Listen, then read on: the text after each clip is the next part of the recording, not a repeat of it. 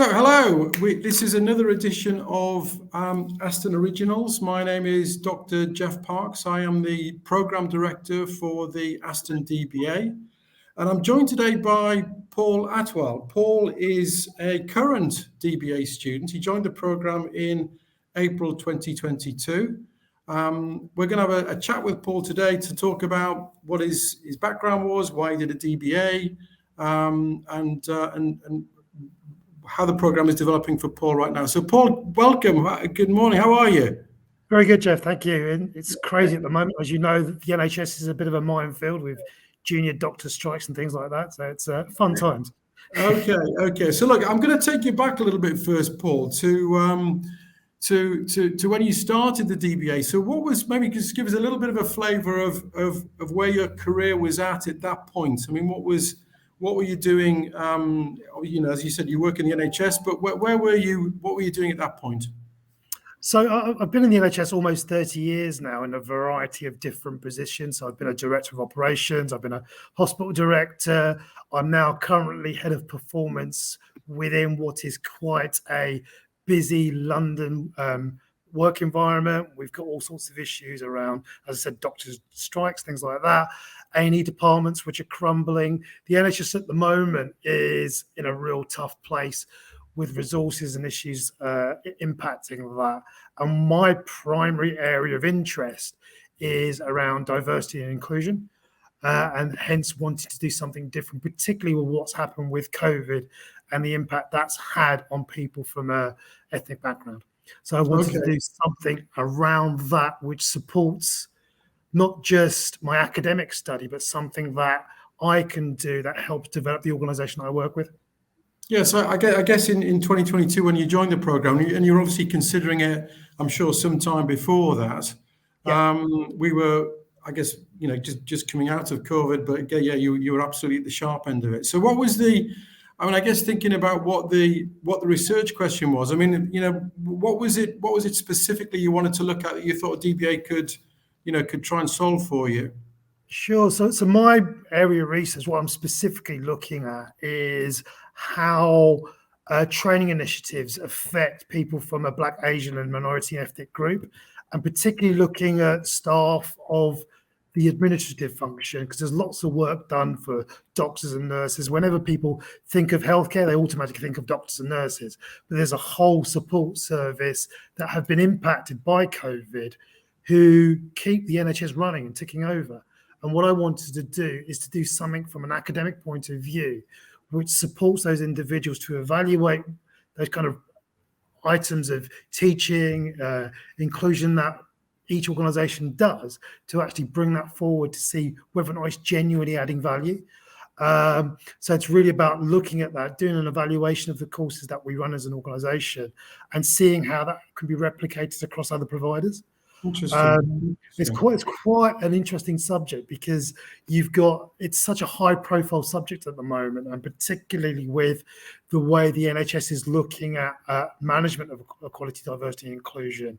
There's lots of stuff from a 10 Downing Street point of view, where we've had one of the previous health secretaries looking to disinvest in that area, given that you've got about 40% of your workforce that comes from a BME background. So there is something about how we support that, and particularly where I live in London, where your population is around that 40 to 50% mark as well, but you don't necessarily see that representation in leadership roles.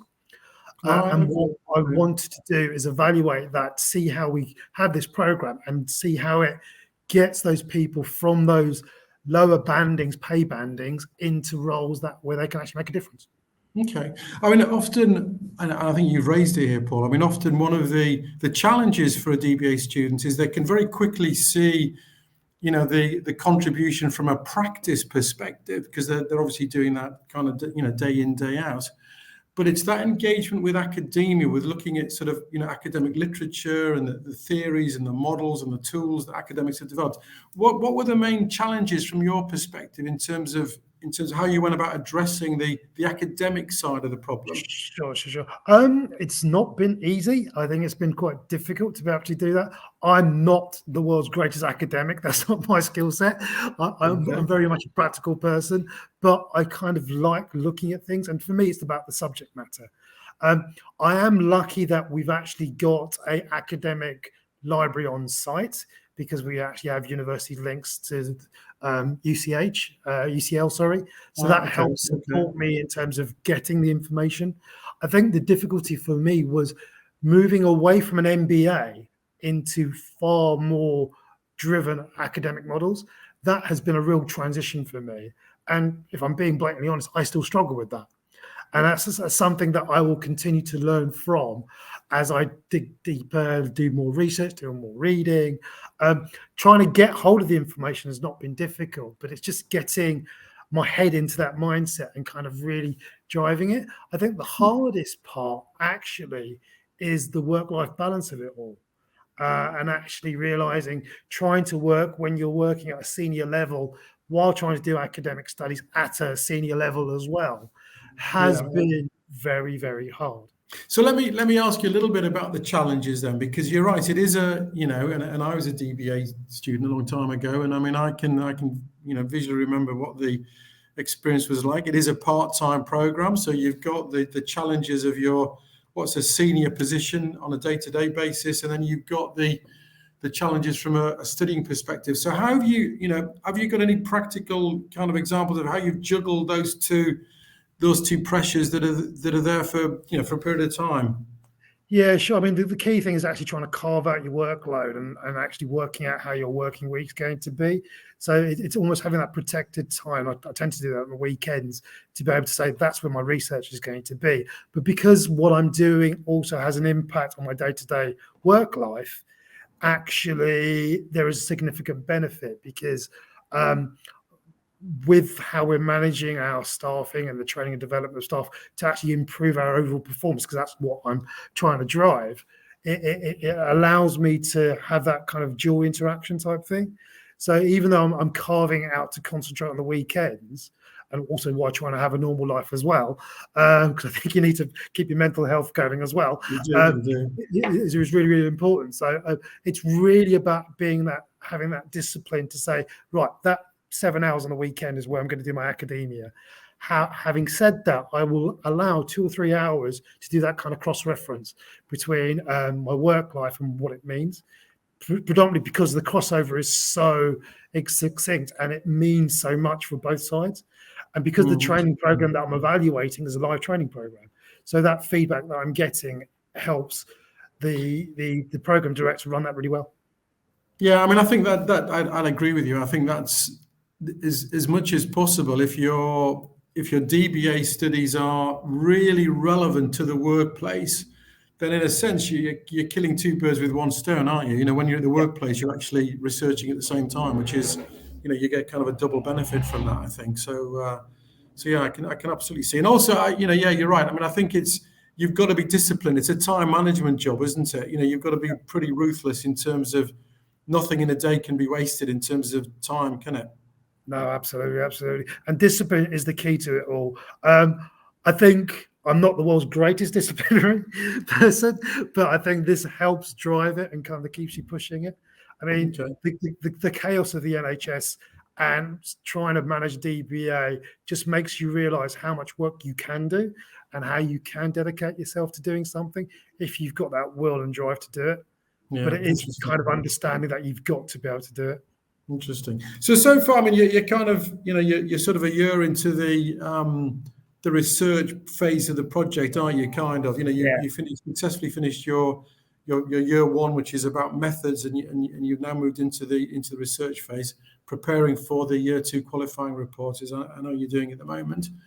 I mean, from your experience so far, I mean, is there any what advice would you give to somebody who was kind of considering doing a DBA? What would your kind of, looking back at yourself a couple of years ago, what would you have said to that prospective student?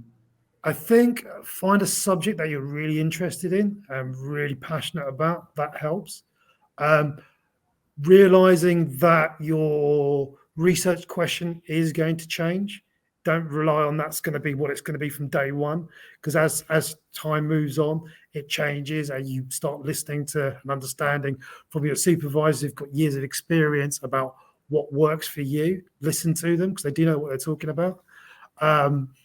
Understanding that it's not as easy as you think it's going to be.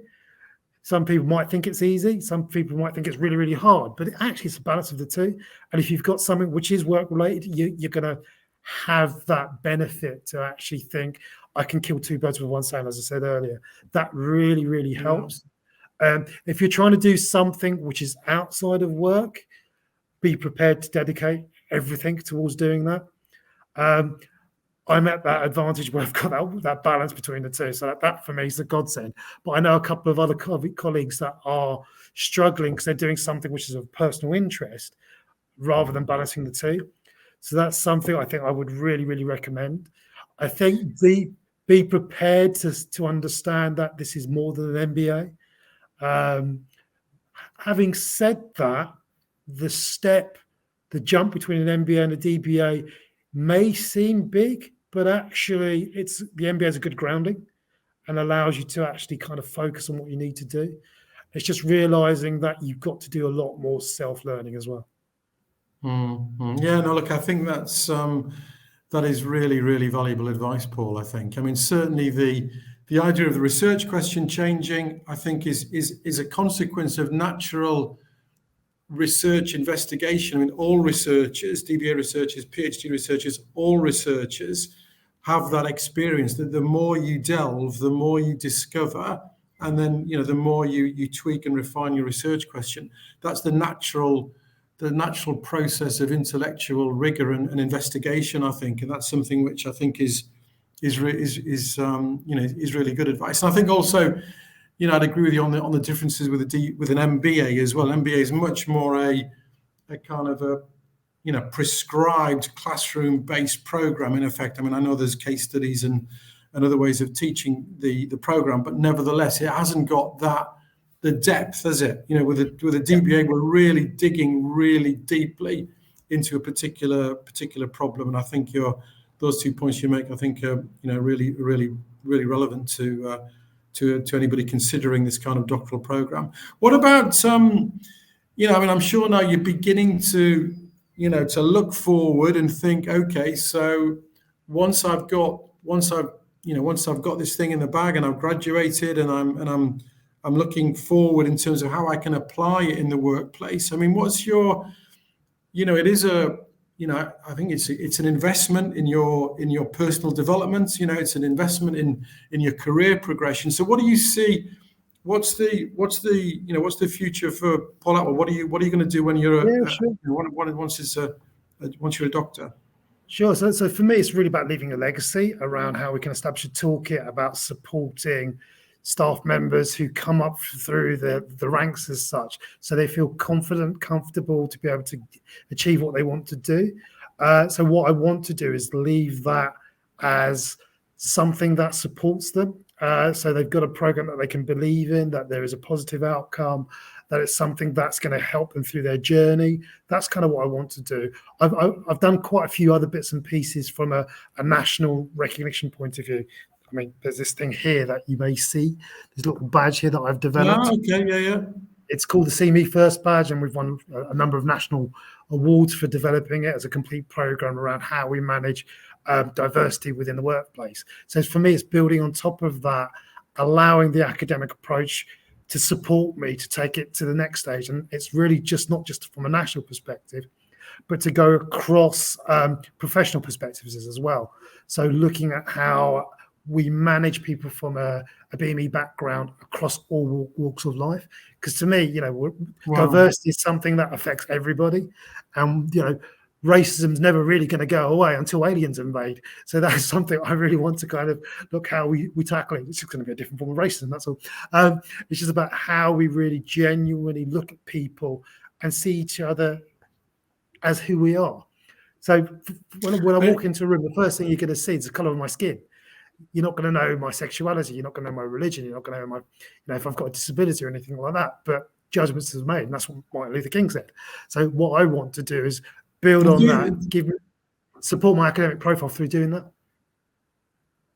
And do you think that, I mean, organisations like the NHS, I mean, it's a very, it's a massive organisation, as you say, with a rapidly changing, demographic, and therefore the needs and wants of its customer base is changing dramatically all the time. Do you think that this depth of doctoral study is of particular use in an organisation like that? Oh, absolutely, absolutely. I mean, if you look at the as you kind of hit the nail on the head, the diversity issue, and I'm not just talking about diversity as in ethnic diversity. I'm talking about diversity in terms of your patient mix, your impact of your problems to research. solve. Yeah. Exactly, healthcare, and the whole healthcare epidemiology of it all is absolutely massive. And the range that you could look into from a subject matter is gigantic. And you can open up so many bits and pieces to help develop individuals to become experts in their field. I think, the opportunity is massive. I can't even guesstimate how big that is in terms of what can be done, because every part of healthcare has an impact on everybody.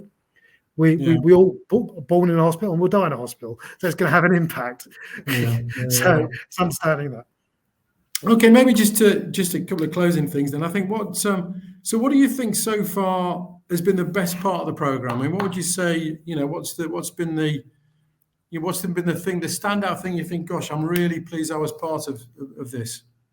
I think during the first year, it was actually the engagement from people from different countries, and actually understanding that some of their experiences are actually quite similar, and seeing how that breaks down barriers.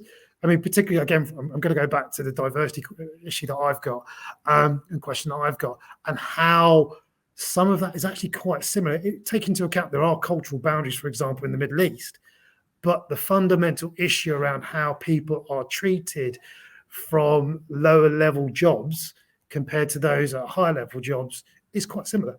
So to be able to hear those experiences has been quite eye-opening.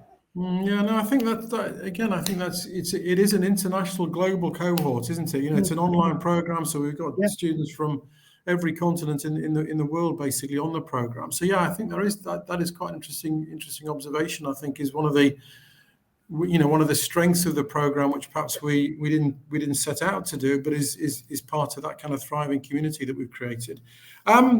Anything else you think you'd like to comment on before we close, Paul? Is there anything else you'd like to, I think the DBA is such a great opportunity to be able to learn from.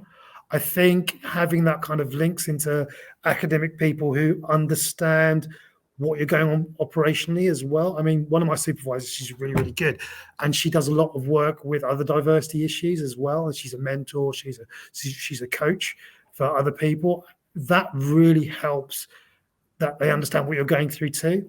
So when you've got people who do that and understand your approach and understand what you're trying to aim for, that makes a big difference.